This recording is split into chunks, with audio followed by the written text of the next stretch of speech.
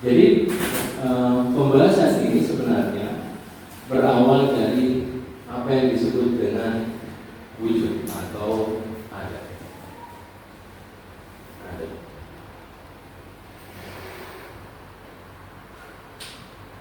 Ini ada atau tidak? Ada. Ada atau tidak? Tidak ada. Ya, ada. Oke. Dia ada di mana?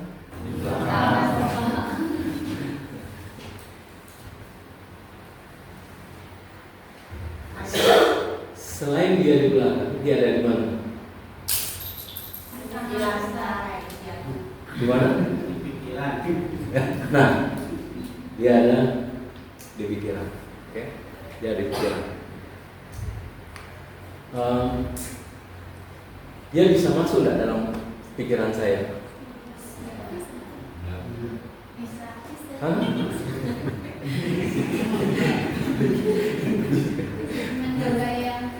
Apa? Bisa tidak dia masuk dalam pikiran saya?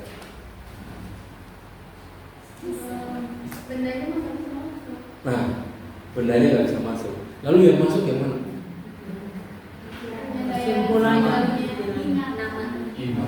Apa ini? Apa yang masuk?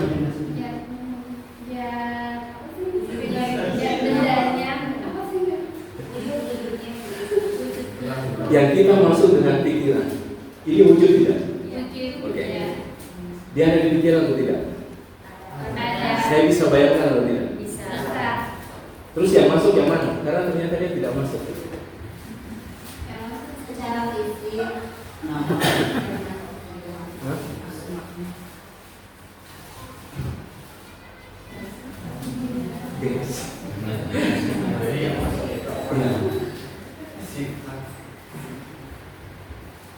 Jadi kalau saya mengatakan mana tali spidol, itu masih ada di pikiran atau tidak? Masih kan? Masih. Nah, yang di pikiran itu sebenarnya apa? Karena ternyata bendanya tidak masuk. Imajinasi. Nah, imajinasi.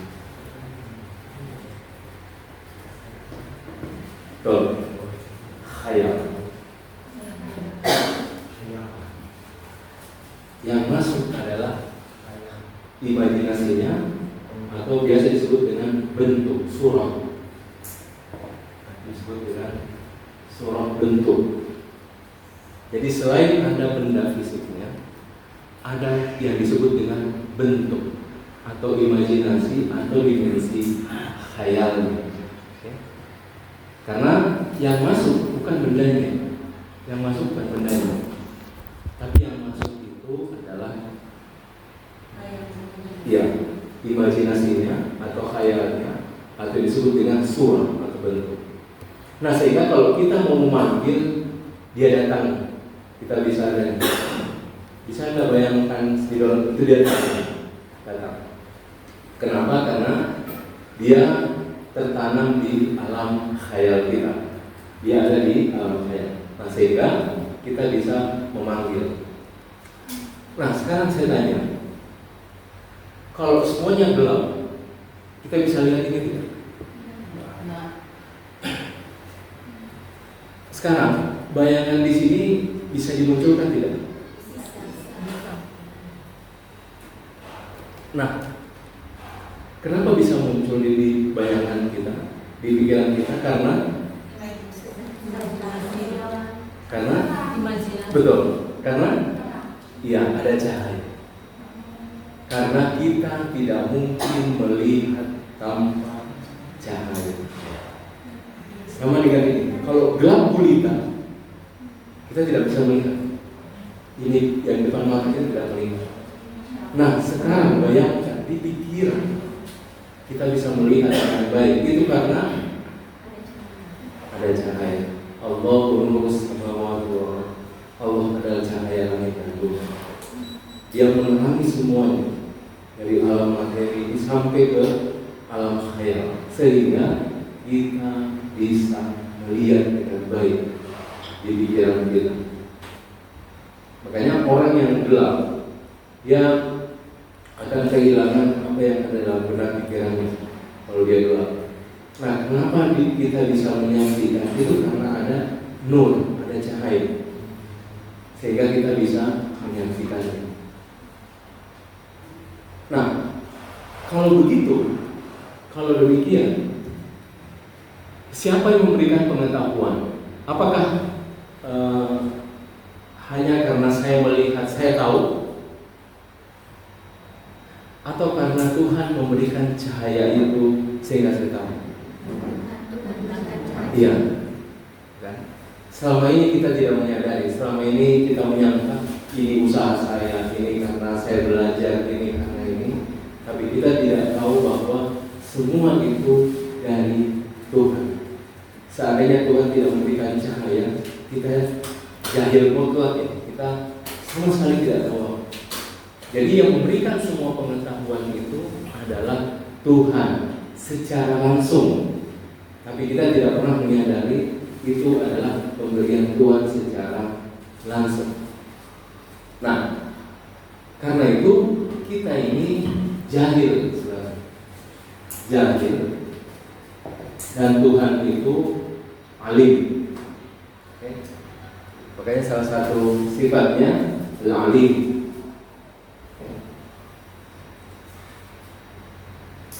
Nah, pertanyaannya, apakah pernah suatu masa kita alim? Atau selamanya kita jahil sebenarnya?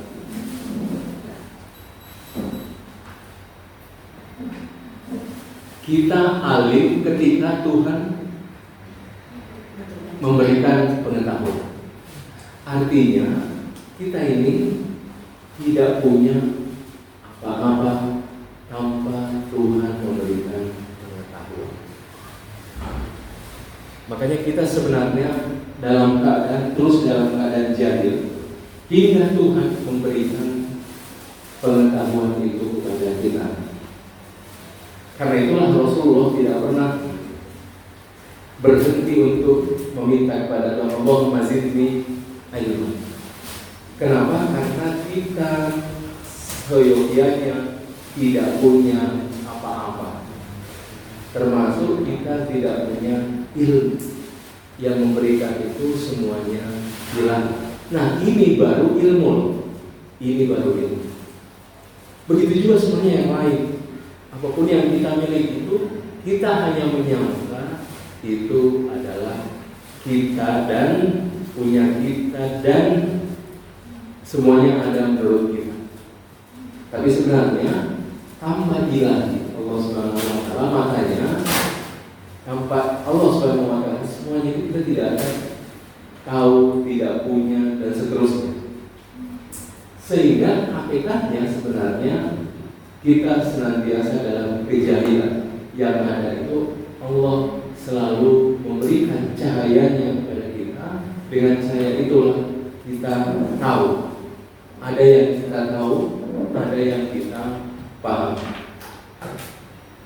Nah, jadi kalau kita menyadari bahwa semuanya seperti ini, semuanya sebenarnya sifat-sifat yang lain begitu ya, tidak ada, tidak punya, dan jatuh dan seterusnya, maka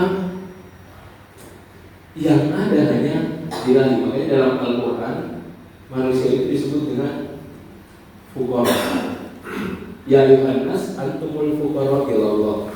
Jadi dalam ayat Al-Quran, wahai manusia, kalian fakir menuju Tuhan. Apa bedanya fakir sama miskin?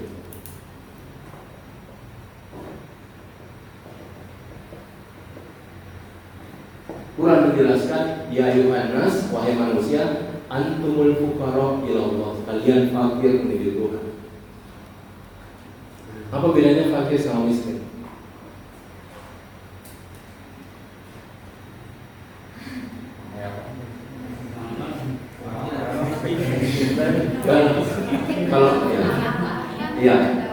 Kalau miskin, terus bedanya fakir apa? Fakir kan udah emang nggak ada ini mas. Fakir Tidak berdaya, tidak ada apa-apa lagi gitu. Miskin masih ada daya. Nah, Miskin masih ada untuk hari ini. Iya. Itu miskin. Jadi kalau miskin untuk hari ini dia ada. Kalau fakir dia nggak punya apa-apa. Bahkan untuk saat ini itu disebut dengan fakir. Nah, dalam Quran manusia disebut fuqara. Ya ayyuhan nas antumul fuqara ila Allah. Berarti manusia itu sebenarnya fakir. Kita fakir itu apa? Nothing, nggak ada sebenarnya. Kita tidak punya apapun. Ilmu bukan milik kita. Tadi buktinya bahwa yang selama ini yang kita tahu, oh saya belajar sehingga saya tahu. Sebenarnya itu tidak. Itu karena cahaya Tuhan yang Tuhan berikan kepada kita sehingga kita tahu. Makanya pemisalannya seperti ini. Kalau di sini tidak ada cahaya, saya tidak akan melihat ini. Oke? Begitu juga dalam khayal pikiran kita. Seandainya dalam khayal tidak ada cahaya, kita tidak bisa melihat bentuknya, imajinasinya dalam khayal. Dan semua pengetahuan sebenarnya kita begitu. Jadi selama ini kita menyangka semua ilmu kita atas usaha kita, tapi sebenarnya tidak. Yang memberikan itu adalah Allah Subhanahu Wa Taala. Kita hanya mempersiapkan wadahnya, hanya mempersiapkan. Jadi kita belajar, baca buku, diskusi. Nah itu persiapan untuk saya melihat cahaya di dalam pikiran, cahaya dalam pikiran. Makanya dalam hadis juga dijelaskan al ilmu nurun. Ilmu adalah cahaya yang people bimayasa yang Allah berikan kepada hati sesuai yang dia kehendaki. Nah, sehingga eksistensi manusia sebenarnya fakir. Dan kita tahu tadi fakir itu tidak punya apa-apa ya. Itu bedanya miskin dengan fakir. Kalau miskin itu masih ada untuk hari ini, fakir bahkan hari ini dia tidak punya. Dan Quran menyebut manusia itu fuqara. Ya ayyuhan nas antumul fuqara ila Allah. Wahai manusia, kalian fakir menuju Tuhan. Artinya kita ini sebenarnya hanya selama ini merasa ada. Karena kita merasa ada, akhirnya merasa memiliki, merasa punya ilmu, merasa ini, terus merasa, akhirnya ego kita besar.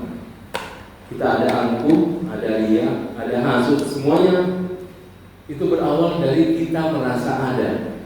Kita merasa ada. Guru-guru sufi kita itu berusaha untuk dia meniadakan dirinya. Makanya ini bedanya para arif sufi, para arif dengan filosof. Ya, filosof ya. Kalau filosof dia selalu bicara tentang ada. Kalau arif dia menafikan yang ada, bahwa yang ada itu hanya ilahi. Jadi kalau arif, para sufi sibuk untuk menafikan keberadaan dirinya. Kalau filosof sibuk untuk mengatakan dia ada. Karena filosof itu selalu bicara tentang wujud, mewujud, sebab akibat dan seterusnya. Nah sehingga kalau kita menyadari sebenarnya kita sebenarnya tidak punya apa-apa. Kita hanya menyangka kita ada. Karena itulah kenapa ada hadis dari Rasulullah, an-nasu yamun idza matu itabah. Kebanyakan manusia tertidur, mereka sadar saat mereka mati. Nanti kita mati sadar, oh ternyata kita ada ya. Kita tidak ada.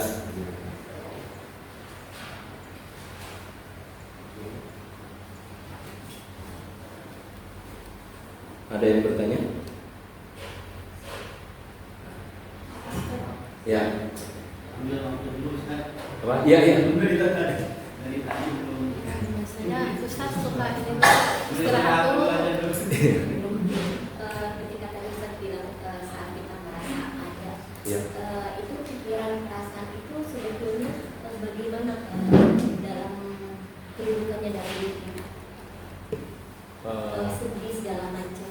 Apa? Bersedih, khawatiran.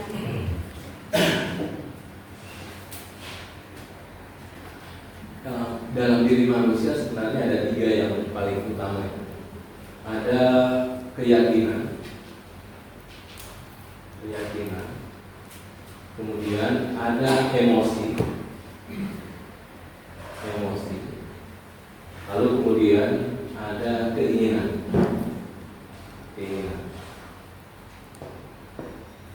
Ini dalam diri kita. Karena ini disebut dengan belief system. Jadi belief system. Misalnya kita punya keyakinan, saya tahu ada terwujud tentang tauhid, tentang kenabian, tentang hari akhir. Itu adalah belief kita ya, keyakinan yang kita pahami dengan baik, kita pahami. Nah, selain itu kita ada emosi dalam diri yang mungkin itu kita raih dari peristiwa, dari terhubung dengan yang lain, sehingga entah itu bahagia, derita, dan seterusnya. Nah, selain itu kita juga ada keinginan. Jadi setidaknya dalam diri kita itu ada 3 hal. Okay? Nah, ini dari mana? Ini dari ada di hati. Jadi kalau para sufi, semua yang ini, jadi setelah kita meyakini sesuatu, setelah misalnya kita berinteraksi kemudian menghadirkan emosi, setelah kita punya keinginan, semua itu ada di hati. Kalau orang psikolog menyebutnya alam bawah sadar, orang psikolog menyebutnya alam bawah sadar. Kalau para sufi menyebutnya hati. Jadi kalau para sufi itu lebih spesifik, alam bawah sadar itu hati. Nah, kalau psikolog menyebutnya alam bawah sadar ya. Jadi semua peristiwa, pengetahuan, ma'rifat, emosi biasanya tertanam dalam alam bawah sadar menurut psikolog. Para sufi itu sangat simpel. Mereka menjelaskan itu adalah tertanam di hati. Nah, kalau kita masuk dalam teks sufi, hati itu qalbul mu'min arsyur rahman. Arsyur rahman. Hati orang mukmin arasy ilahi. Ya, arasy ilahi atau singgasana ilahi. Artinya hati itu hanya milik Tuhan. Hati itu hanya milik Tuhan. Karena itu ada dalam ayat Al-Quran, ma ja'alallahu qalbayn fi jawfi. Tuhan tidak menciptakan 2 hati di dalam diri manusia. Ma ja'alallahu qalbayn fi jawfi. Tuhan tidak menciptakan 2 hati dalam manusia. Karena itu Tuhan tidak mau diselingkuhi. Dia hati itu hanya milik Dia. Tidak boleh dipersekutukan. Kan? Makanya dalam hadis kalau ada yang persekutukan, dia langsung kasih ujian. Untuk menyadarkan, kau kasihku gitu, hanya engkau kasih, kayak gitu. Makanya ada hadis seperti itu. Majallahu qalbayn fi jawfi. Nah, makanya tadi kalau pertanyaannya bagaimana dengan emosi apa semua seperti itu, biasanya kalau dia tidak manage dengan baik dengan hati, nah, dia akan mempengaruhi kita. Yang pengaruhi dia bahagia, derita, dan seterusnya, itu perlahan-lahan akan mempengaruhi kita dan membuat kita seperti ada kayak gitu. Tapi kalau kita mengembalikan bahwa hati itu hanya milik Tuhan, ini hanya dia tidak mengisi hati, dia hanya sisi-sisi dimensi tubuh. Nanti kita bahas apa maksudnya dimensi tubuh. Maksudnya dia hanya sesuatu yang melekat pada tubuh. Jadi kalau ada keinginan, ya itu kayak kita makan, minum, itu kan tubuh. Dan itu wajib karena kita hidup di dunia. Untuk bertahan hidup ya kita makan itu ada keinginan-keinginan. Jadi semuanya ini kalau hati hanya diisi oleh Tuhan, semuanya ini hanya soal tubuh. Tidak lebih dari itu. Dia tidak mempengaruhi dimensi hati, tidak akan masuk ke hati. Kenapa? Karena kita mengkhususkan hati kepada Allah Subhanahu wa Ta'ala. Makanya dalam Al-Quran, ala bizikrillahi tatma'innul qulub. Jadi ketahuilah, dengan mengingat Allah hati menjadi tenang. Tapi kita tidak mungkin mengingat kalau yang isi hati banyak. Makanya kenapa kita meskipun kita mengingat Tuhan kita tidak terang-terang, karena yang isi hati banyak. Ada Tuhan, ada yang lain, dan seterusnya. Ada banyak hal yang mengisi sehingga membuat seperti itu. Makanya ala zikir dan mainan grup itu bisa berlaku kalau yang isi hati itu satu-satunya dia. Itu pasti akan memberikan ketenangan. Tapi yang isi banyak soalnya. Tapi yang isi banyak, ya dia meskipun kita mengingat Tuhan, kita tidak akan tenang seperti itu.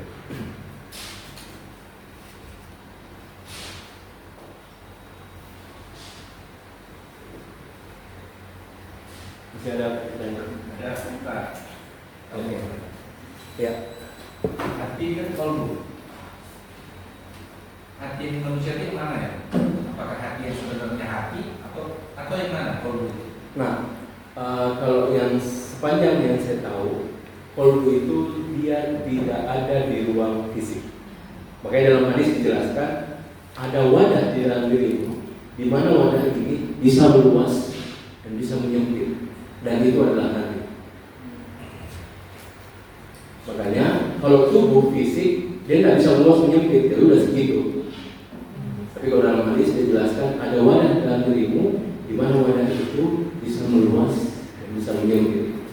Jadi kalau Tuhan hadir, dia akan meluas. Tapi ketika dia diisi yang lain, dia akan menyempit. Berarti hati itu tidak seperti yang ada di dalam tubuh kita, kolbu. Betul.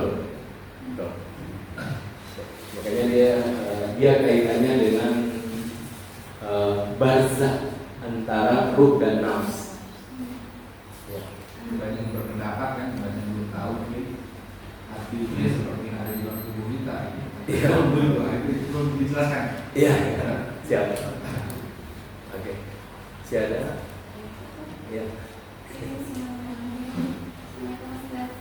Mau menanyakan kan dalam buku kita itu ada suatu emosional ya, emosi, keinginan itu soal itu. Ya. Nah berarti kalau soal hati untuk apa berarti kan kalau tubuh itu memerlukan makan Ya.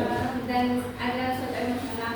Nah kalau misalkan hati berarti untuk apa sih suplemen hati itu berarti zikir kita kepada Allah mungkin ya Ustaz. Berarti hati itu makanan untuk jadi gimana ya sering makanan untuk hati kita kan berarti zikir gitu. Ya. Untuk mendekatkan diri kepada Allah, Ya. mungkin untuk membersihkan hati kan, ya gitu kan. Ya. Selalu berzikir kepada Allah itu suplemen hati kita ya. Mungkin itu saja. Ya. Sudah? Ya, ini bagus sekali karena sudah bicara tentang makanan. Makanya dalam Al-Quran apa? Kalian sulit insan ila ta'ami. Lihatlah pada manusia apa makananmu. Gitu. Jadi ada makanan tubuh, ada makanan rohani. Kalau ini tentu makanan fisik. Nah, makanan ruh atau makanan hati. Nah, selain zikir, ini jangan kita ini ma'rifat. Jadi selain zikir itu adalah ma'rifat. Nah, cuma yang memang hati ini kedua-duanya ini saling membutuhkan antara zikir dan ma'rifat. Jadi untuk kita bisa istiqomah dalam zikir, ma'rifatnya harus terus bertambah. Dan agar ma'rifatnya bertambah, dia butuh zikir. Jadi dia sesuatu yang seperti saling membutuhkan.